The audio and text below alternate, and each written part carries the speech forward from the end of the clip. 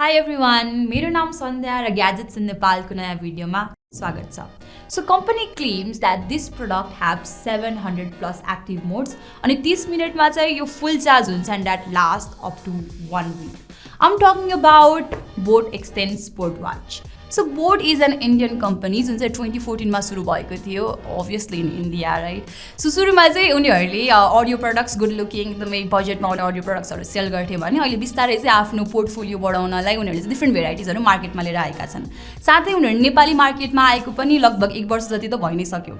अहिले चाहिँ उनीहरूले वेयरेबल्स, होम प्रोडक्ट्स र अडियो प्रोडक्ट्सहरु सेल गरिरहेका छन्। अडियो प्रोडक्ट्समा चाहिँ उनीहरूले हेडफोन्स, इयरफोन्सहरु, इयरबड्सहरु चाहिँ सेल गर्छन् र हाम्रो ग्याजेट्स इन नेपालको फेसबुक पेजमा चेक गर्नु होला, त्यहाँ चाहिँ गिभ अवे भइरहेको छ बोAtको वायरलेस इयरफोन्सको। के तपाईले पनि जित्न सक्नुहुन्छ कि, सो जित्नु भयो भने कमेन्ट चाहिँ गर्नु होला। And right here I have boAt Xtend sport watch. यो चाहिँ उनीहरूले एक्सटेन्ड वाचको सिरिजै निकालेका थिए, त्यसमा चाहिँ हामीसँग आज स्पोर्ट वाच छ। The packaging look very promising अनि डोन्ट फर्गेट टु चेक टेलिटकको sticker for the genuine products. And now let's open this baby up.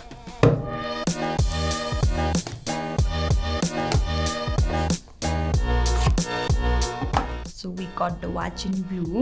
So हाम्रो बक्समा चाहिँ के आउने रहेछ भने म्याग्नेटिक चार्जर, बोAt हेडको sticker. If you don't know boAt head चाहिँ अब हाम्रो बोAt प्रोडक्ट्स युज गर्ने युजरहरूलाई चाहिँ हामी बोAt हेड भन्छौँ। And here's a thank you card, you're welcome. 1 इयरको वारेन्टी कार्ड अनि a whole lot of patience and a whole lot of paper. That's okay. अनि त्यहाँबाट we have the user manual. त्यसमा चाहिँ डिफ्रेन्ट कुराहरू लेखिएको छ, बट I'm pretty sure सबै कुरा चाहिँ मैले भनिहाल्छु तपाईँहरूलाई, हैन? So let's move to the watch now.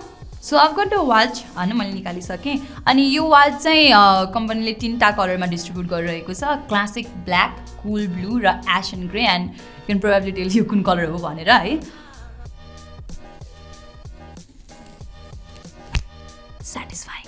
अब चाहिँ म यसलाई बुट गर्छु र त्यही क्रममा चाहिँ म तपाईँहरूलाई अब मेरो फर्स्ट इम्प्रेसन कस्तो छ, मलाई चाहिँ कस्तो लाग्यो यो भनेर भन्छु। तपाईँ ब्यान्ड हेर्न सक्नुहुन्छ, सिलिकनको रहेको छ। It also have a metal buckle अनि यो स्ट्र्यापमा चाहिँ टेक्स्चर पनि रहेको छ and I really like that as well. तपाईँ देख्न सक्नुहुन्छ द टेम्पर ग्लास रहेको छ अनि यसको तल यो एक्सेन्टभन्दा तलको चाहिँ प्लास्टिकी बिल्ड छ ब्याक साइडमा र एक्सेन्टभन्दा माथिको चाहिँ मेटल नै युज गरिएको छ। And it doesn't have crown, it only have button र पछाडि तपाईँले सेन्सर्सहरू पनि देख्न सक्नुहुन्छ।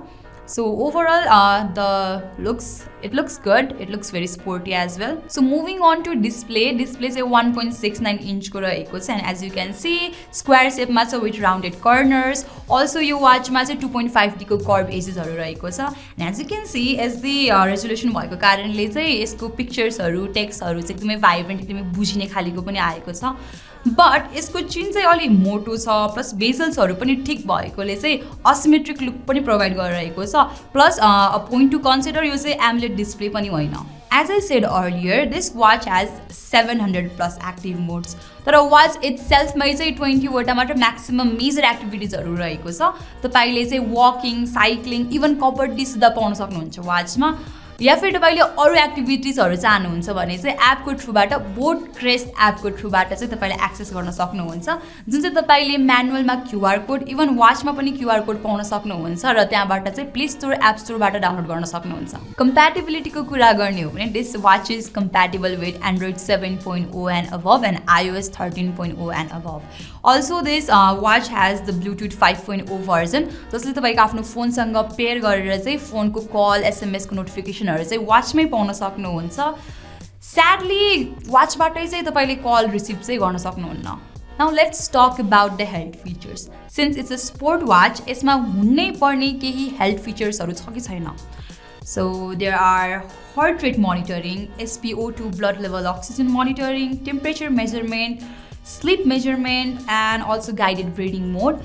It also have step tracking, तर अलिकति पोरै छ जस्तो लाग्यो मलाई, किनभने यो अनबक्सिङ गरेर म यताबाट कहीँ हलेको छैन, but it already shows 258 steps. So step tracking चाहिँ धेरै नै पोर भएको भेटाएँ मैले। साइड नोट, यदि तपाईँ पेसमेकर या फेरि त्यस्तै कुनै इलेक्ट्रोनिक इम्प्लान्टेड डिभाइसहरू युज गर्नुहुन्छ भने डक्टरलाई कन्सल्ट गरेर मात्र यो वाच चाहिँ युज गर्नु होला। This watch has the water resistancy of IP67 with maximum of 1 metre depth and 30 minute exposure to the water. So तपाईँले चाहिँ डेली स्पोर्ट एक्टिभिटिजहरूको लागि लाइक रनिङ या फेरि household chores like washing डिसेसको लागि चाहिँ आरामले युज गर्न सक्नुहुन्छ, कुनै पनि चिन्ता नलिकन। And for daily activities it's perfect watch for you. 200 milliamp को ब्याट्री यसमा युज भएको छ भने guess what, it has one of the quickest charging time, that is 0 to 100% only in 30 minutes. And the company also claims कि त्यो charge चाहिँ 7 days सम्म टिक्छ। And they call this technology a SAP charge technology.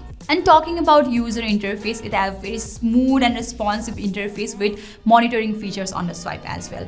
र watch faces पनि 5 वटा inbuilt रहेको छ यसमा र मलाई चाहिँ एकदमै क्युट लाग्यो, सो मैले यो राखिहालेको छु। And there are lots of option to choose from the app as well, तपाईँले चाहिँ हेर्न सक्नुहुन्छ। Also the watch also have live cricket update, so तपाईँ क्रिकेटको ह्युज फ्यान हुनुहुन्छ भने it's a very good thing for you. So this was my overall impression about the boAt Xtend Sport watch. यसको चाहिँ नेपाली मार्केटमा प्राइस रहेको छ 6499। तपाईँ पनि किन्ने कन्सिडर गरिराख्नु भएको छ भने तल डिस्क्रिप्सनमा जानु होला, तपाईँले लिङ्क पाउनुहुनेछ। साथै बोAtको वायरलेस इयरफोन्सको गिभअवे भइरहेको छ। ग्याजेट्स इन नेपालको फेसबुक पेजमा गएर पक्कै पनि पार्टिसिपेट गर्नु होला। अनि यदि तपाईँले जित्नु भयो भने कमेन्ट चाहिँ गर्नु है त। Also like, share and subscribe to gadgets in Nepal and until next time, bye.